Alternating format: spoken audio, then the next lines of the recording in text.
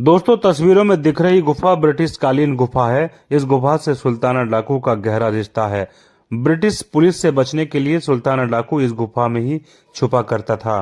देहरादून के नजदीक घने जंगलों में पर्यटकों की पसंदीदा जगहों में से एक गुच्चू पानी है, जिसे ब्रिटिश काल में रॉबर्स केव भी कहा जाता था, यानी डाकुओं की गुफा है।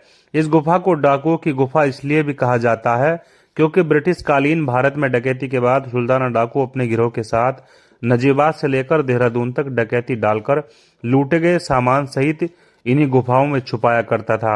इस गुफा का रास्ता रहस्यमय होने के कारण ब्रिटिश पुलिस यहां तक नहीं पहुंच पाती थी और सुल्ताना डाकू पुलिस को चकमा देने के लिए गुच्चू पानी नामक गुफा में गुम हो जाया करता था। रॉबर्ट्स केव गुफा देहरादून से लगभग 18 किलोमीटर दूर हरे भरे जंगलों के बीच स्थित है। यह गुफा तकरीबन 650 मीटर लंबी है। इस गुफा से साल भर पानी की धाराएं निकलती रहती हैं। विशेषकर बरसात के समय यहां जाना बेहद खतरनाक है। ब्रिटिश शासनकाल में अंग्रेजों के छक्के छुड़ाने वाले डाकू सुल्ताना का दायरा नजीबाद, बिजनौर से उत्तराखंड तक था।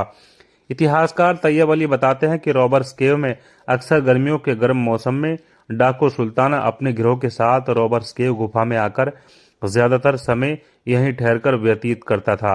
इस गुफा को रॉबर्ट्स केव नाम ब्रिटिश शासकों द्वारा दिया गया था।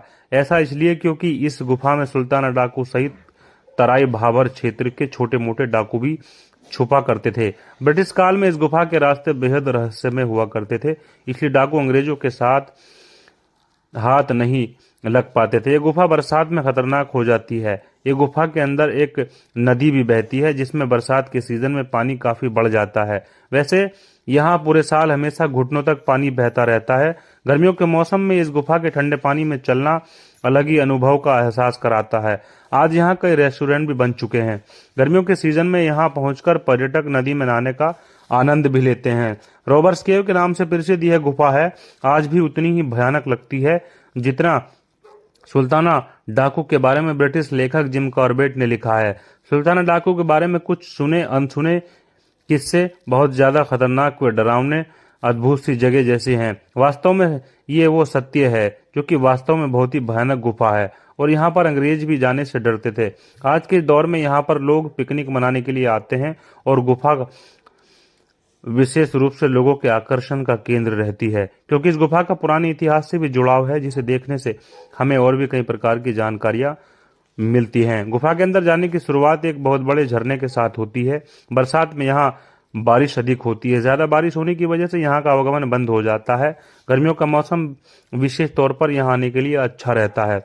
रॉबर्ट्स केव में प्रवेश करने से पहले गेट पर कुछ सेफ्टी रूल मानने होते हैं, उन्हें फॉलो करना जरूरी है। टिकट भी खरीदनी होती है, क्योंकि यह एक पानी में जाने का रास्ता है। यदि आप भी यहाँ पर आए तो विशेष रूप से अपने साथ स्लीपर चप्पल या वाटरप्रूफ शूज कवर लेकर जरूर जाएं, क्योंकि रॉबर्ट्स केव का मुख्य रास्ता पानी के अंदर से शुरू होकर गुफा के बाहरी छोर तक जाता है और जब तक गुफा के अंदर प्रवेश नहीं किया जाएगा उसकी खूबसूरती का लुत्फ नहीं उठाया जा सकता। यह एक ऐसी गुफा है जो काफी पतली तथा सकरी है। अंदर जाने पर यह बहुत ही डरावनी दिखाई पड़ती है, जिसके दोनों तरफ ऊंची ऊंची चट्टानें और बीच में पानी की धारा बहती है।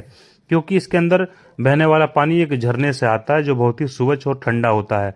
गुफा के अंदर प्रवेश करने पर शुरुआत में पानी की मात्रा कम होती है, लेकिन जैसे जैसे बीच गुफा में प्रवेश करते हैं रास्ता सकरा होता जाता है और कहीं कहीं पर रास्ता इतना सकरा है कि पूर्ण रूप से अंधेरा सा दिखाई देता है और पानी की गहराई भी बढ़ जाती है, जो कि घुटनों के ऊपर तक आ जाती है। विशेष रूप से ध्यान रखें, यहाँ पर सिर्फ गर्मी के मौसम में ही जाया जा सकता है। ठंड और बारिश के मौसम में अंदर प्रवेश कर पाना मुश्किल के साथ साथ खतरनाक भी है। वर्तमान समय में यहाँ पर अब डाकू जैसा माहौल बिल्कुल भी नहीं है।